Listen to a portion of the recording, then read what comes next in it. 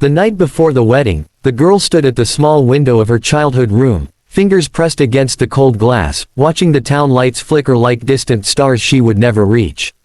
At 19, her life was already being sealed shut by promises she never made, vows she never spoke, and a man she had been taught to fear before she ever met him. By morning, she would belong to someone else, not by love, not by choice, but by force of tradition and pressure so heavy it stole the air from her lungs. Her name was Eliza Moore, and until 3 months ago, she had been nothing more than the quiet baker's daughter in the dusty town of Ridgewood. She rose before dawn, kneaded dough beside her father, and dreamed small dreams she kept carefully hidden, owning a shop of her own, traveling beyond the railroad tracks, choosing a life shaped by her own hands.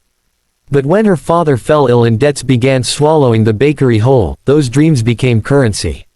And the man who paid the highest price was Nathan Hale. Nathan Hale was a name that silenced rooms. He owned half the land surrounding Ridgewood, a man known for his stern face, distant eyes, and refusal to explain himself to anyone.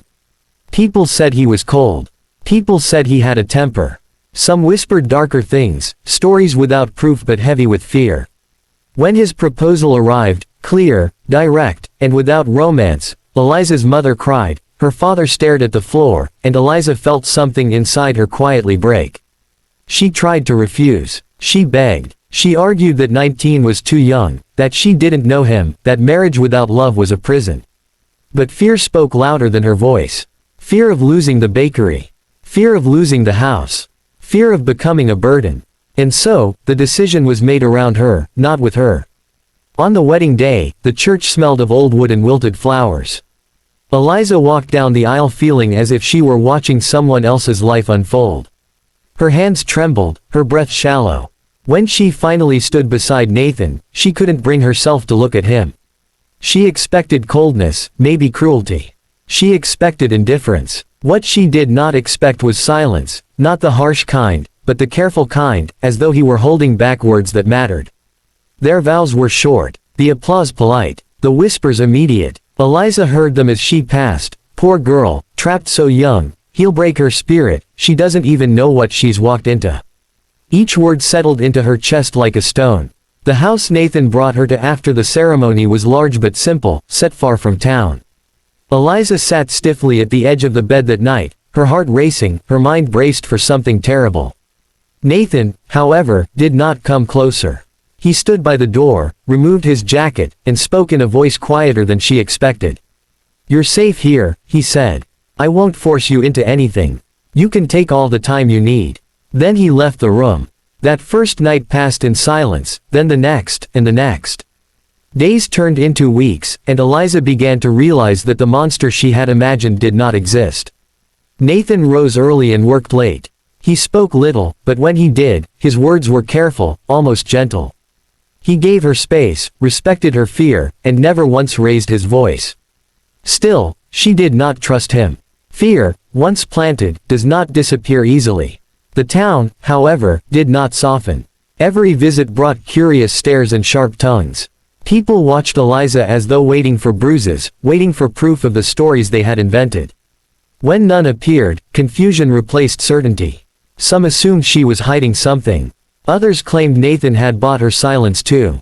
Eliza's loneliness deepened. She wrote letters she never sent, cried when no one could hear her, and counted the days like a prisoner marking walls. Nathan noticed more than he let on. He saw how she flinched at loud sounds, how she lingered at the gate when facing town, how her hands tightened when anyone mentioned her family. One evening, as winter approached, Nathan asked her to sit with him at the table. A small wooden box rested between them. Eliza's heart began to race again. She thought of contracts, obligations, things she owed. "This is for you," he said, sliding the box toward her. A wedding gift. Her hands shook as she opened it. Inside was a folded stack of papers and a simple silver key. She looked up, confused. "The papers," Nathan said, "are the deed to the bakery. Cleared of all debt. It belongs to your family again. The key is for a building in town." Eliza stared at him, her breath caught somewhere between disbelief and fear. "Why?" she whispered. "What do you want in return?" Nathan's jaw tightened. "Nothing." The truth came out slowly, carefully, like a wound being uncovered. Nathan told her about his childhood, about growing up watching his own mother trapped in a marriage that crushed her spirit. He spoke of the night she left with nothing but a suitcase and a look of apology in her eyes. He told Eliza that when he heard about her situation, he recognized the same fear, the same helplessness. "I married you," he said, voice low, "to protect you. To give you leverage this town would never offer a 19-year-old girl. I knew they'd listen to my name when they wouldn't listen to yours." Eliza cried then, not from fear, but from something closer to release. For the first time since the engagement, someone had seen her not as a problem to solve, but as a person worth protecting.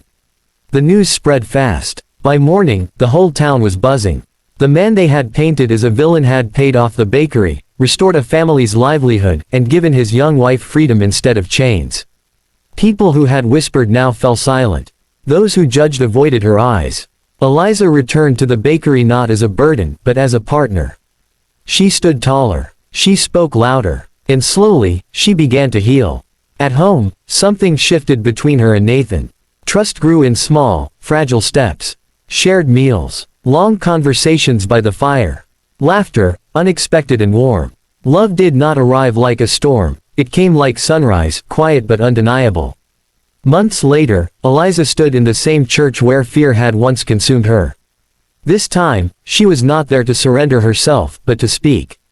She addressed a room filled with parents, daughters, and leaders, her voice steady, her words honest. "No one should be traded for survival," she said.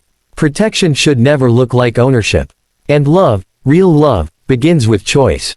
Nathan stood in the back, not as a savior, but as a man who had chosen to do right when it cost him misunderstanding and loneliness.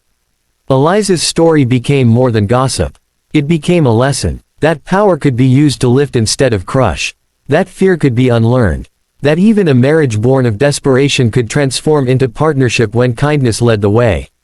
And though she had been married at 19 against her will, Eliza Moore discovered something no one expected, not even herself. That her life was still her own. That courage could grow from the darkest beginnings. And that sometimes, the greatest gift isn't freedom from hardship, but the chance to choose love after fear has finally let go.